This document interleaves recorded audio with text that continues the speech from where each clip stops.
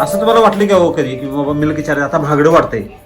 आता मला काय महागडं वाटतं मला. सुरुवातीला महागडं वाटलं पहिलं स्टार्टला महागडं वाटलं आणि आता पहिला एकच बॅग वापरायला लागला. आता तिकडे हे वाढायला लागलं, बेनिफिट वाढायला लागला. तिकडे तुमच्याला पैसे द्यायला नाही. पैसे शिल्लक राहिल्यानंतर खर्च करायला काय हरकत नाही. नाही. अगोदर सर पैसे कधी शिल्लक राहिले तेव्हा दुःख दिवस आहे. जाऊ डॉक्टरचे पैसे द्या, डॉक्टरचा पेमेंट द्यायला राहिले, मागल्या ह्याच्यात पेमेंट द्यायला. आता टर्न आउट वीज चालू आहे. हा जे इनकमिंग आणि आउटगोईंगचा ताळेबंद लागायला लागला.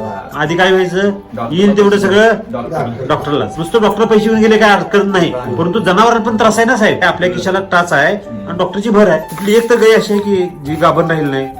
नाही आपण सगळ्यात काय सगळ्या गायीच्या गाभण आहेत आणि त्या टाइम टू टाइम वेळेवर जातील साहेब. आता मिल्क चार्जर महाग वाटतंय असं बरेच जणांची समस्या आहे. घातल्याच्या रिझल्ट येणारच नाही. हा आता कसं बोलला मी वापरले, मला बी पहिल्यांदा महाग वाटलं.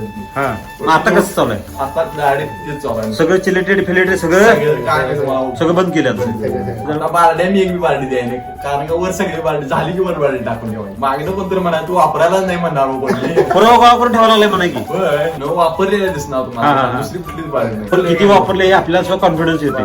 मी म्हणणार वापरले, एक बारडी वापरलाय म्हणणार. तुम्ही जरी आला साहेब हा. काय म्हणणार एकच बारडी वापरली हवा करायसाठी व्हिडिओ फोटो बोलते. हा व्हिडिओ साठी फोटो बोलतात. डायरेक्ट तुम्ही वर चढा बघा म्हणायला मागाने आहेत. काय सांगताय म्हणून सगळ्या पार्ट्या जपून ठेवल्या. जपून